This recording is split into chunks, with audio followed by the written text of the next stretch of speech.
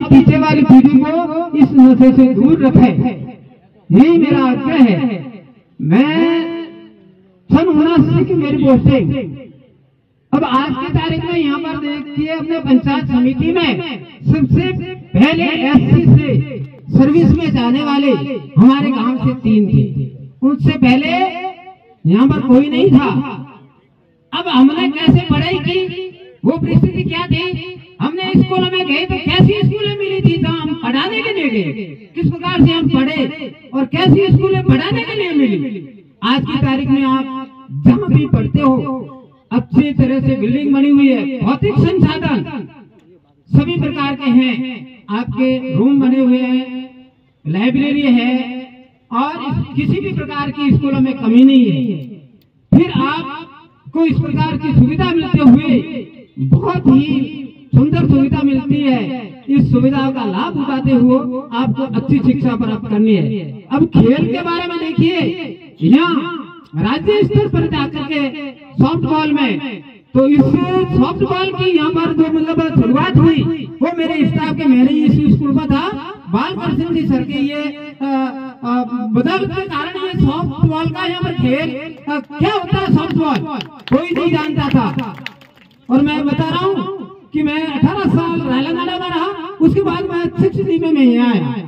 तो यहाँ पीछे की तरफ जो बाउंड्री बनी हुई है ना, ये किसी प्रकार का नहीं था, ये खड्डे थे, यहाँ से मिट्टी लेते थे, मरे हुए मवेशियों को यहाँ डालते थे। मैंने कहा यार ये अपने स्कूल का नाम का फील्ड है और आप इस प्रकार से कर रहे हो। प्रिंसिपल साहब को भी बोला कि क्या करें हम, यहाँ तो कुछ नहीं है। मैंने कहा कुछ नहीं कैसे, अपना स्कूल का है, स्कूल का नाम का है, ये जैसी भी चल रही है इसको रुकाओ। कोई नहीं जा रहा था, मैंने जाकर कहा भाई जैसी भी यहाँ से हटा दे, तो नहीं जा गया। ठाकुर साहब ने कहा कि उनके ले जा रहा हूँ। मैंने कहा कोई बात नहीं, आप जाकर के बोल देना कि इन्होंने रुका है। ठाकुर साहब ने थोड़ी कहा कि यहाँ से लाओ, कहीं से भी ले जाओ। उस दिन से रुकवाया और गोपाराम जी सरपंच थे उस समय में, मैंने कहा कि आप बाउंड्री करवाइए, तो ये बाउंड्री हुई स्कूल की। तो अब कितनी सुविधा हो गई। उसके बाद में जनसहयोग से यहाँ बैठने के लिए व्यवस्था नहीं थी, जनसहयोग से 3 शेड बनवाए। धीरे धीरे उसके बाद में गए हम जालोर से, दसवां से 2 रूम लेकर के आए, क्योंकि स्टूडेंट बढ़ गए, बैठने की व्यवस्था नहीं थी। अब मैंने आज देखा, 2 साल से आया उनकी स्कूल में नहीं आ पाया, आज देखा कि मैंने कहा 3 रूम तैयार हो गए हैं।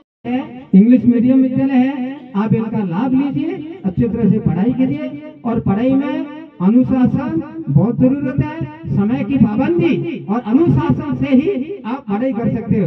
अपन को पढ़ना है तो इस प्रकार से पढ़ाई के गुण होते हैं, एजुकेशन के गुण रहते हैं कि आपको विद्यालय किस प्रकार से जाना है, कब उठना है, नित्य नियम से कैसे निवृत्त होना है, और स्कूल जाने का समय क्या है, स्कूल से वापस आने का समय क्या है।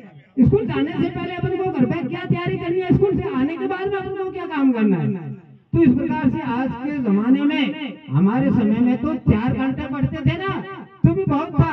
और अभी इस जमाने में कम से कम जो 10वीं क्लास में आ जाता है उनको विद्यालय समय के अलावा 6 घंटे की तैयारी में 16 घंटा जो पढ़ता है वही RAS या IAS बन सकता है, क्योंकि आजकल कंप्यूटर और कंपटीशन का जमाना है।